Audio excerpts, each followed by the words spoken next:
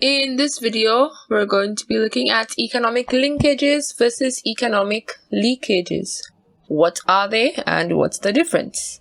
Please note that I'm going to be looking at them through the lens of the tourist industry, but they are concepts that could be applied to more than one sector in the economy, and they are economic principles that apply in general. We are going to begin by looking at a $65 plate of restaurant food. Most hotels have more than one restaurant, and since we're looking at economic linkages and leakages through the lens of the tourism sector, I figured it might be appropriate to use this example. We're going to look at what's on each plate, kind of break down the ingredients that each dish is composed of, and give a guesstimate about how much the items in that dish might cost individually. I'm using local prices in St. Lucia in EC dollars, just for clarity. Let's start off with this spaghetti with meat sauce. Let's say the ingredients are spaghetti, that's about $2 worth of it, 50 cents worth of cheddar cheese, tomato sauce worth $2.20, minced meat worth $4, chives worth 20 cents, and other seasonings and spices worth $1.85. Moving on, next we have a braised chicken leg. Let's say it's composed of a chicken leg that costs about $5 and other seasonings and spices worth about $1. Next up is a tossed salad.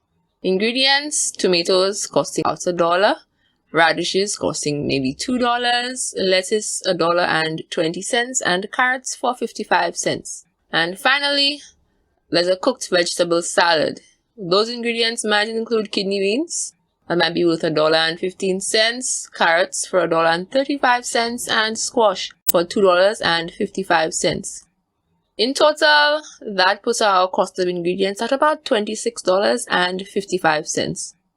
Obviously, it wouldn't come to the full $65 because the hotel will need to pay labor and it will need to cover other expenses like transporting the ingredients, electricity, gas, and so on. But let's say our ingredients for this video come to $26.55.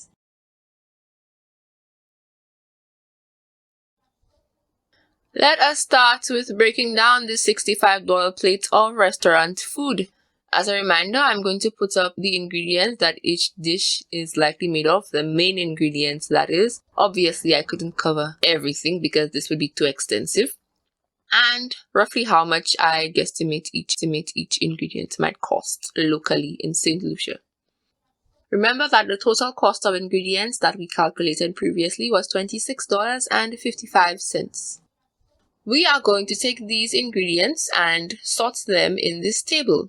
On one side, we're going to put together all of them that are sourced or could be locally sourced in St. Lucia, and on the other side, we are going to put all those that were likely imported.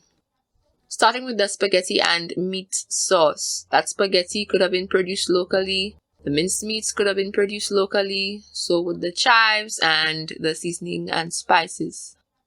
Onto the braised chicken leg. That chicken leg could have been produced locally as well as those seasonings and spices. Onto the cooked vegetable salad. Those carrots could have been produced locally, the only thing in that salad. And for the tossed salad, those tomatoes, that lettuce, and those carrots produced locally. That brings our total for local purchases to $18.15. On now to the imported side. Obviously, it's those things that are left that would likely be imported. So that cheddar cheese, tomato sauce, kidney beans, squash, and radishes were all likely imported because, to my knowledge, we do not produce any of those things locally in St. Lucia. That brings our imported purchases to a total of $8.40. On the left side, where we have those local purchases, the tourism sector would have had to engage in economic linkages with other sectors in the country. In the case of spaghetti, there is a local manufacturer that produces pasta. That would be an economic linkage with the manufacturing sector. There are also local manufacturers that produce seasoning and spices. Baron Foods, Viking Foods. So again, that would be an economic linkage with the manufacturing sector. Those meat and other agricultural produce items would likely be products of the agricultural industry.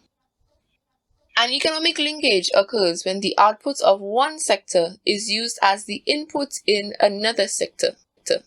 So if I stick with the example of the carrots on this plate of food, farmers in St. Lucia, they would have tilled the ground, added the fertilizer, tended to their crops, and carrots would have been their produce. Carrots would be the final thing that they sold, and they would be paid for it. That is the output of their work, of their industry.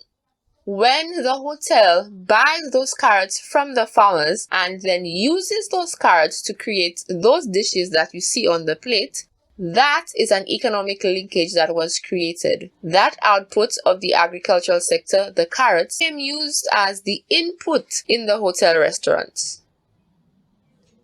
With economic linkages, money stays in the country or in the economy.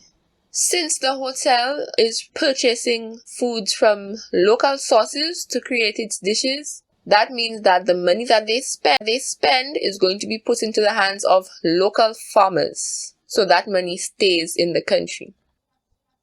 The opposite happens with economic leakages. An economic leakage can be defined as the loss of revenue generated by tourism, in this case, to other countries.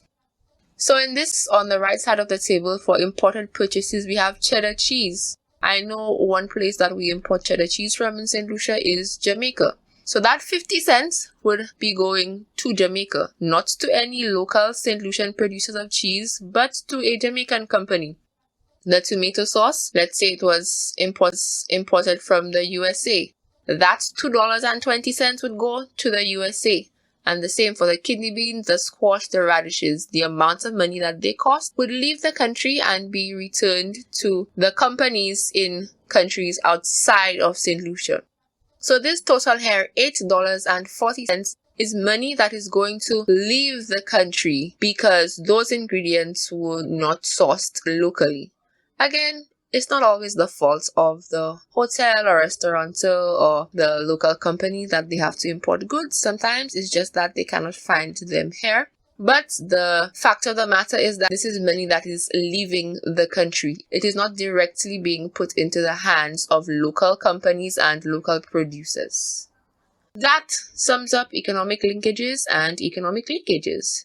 I hope this was clear and helpful.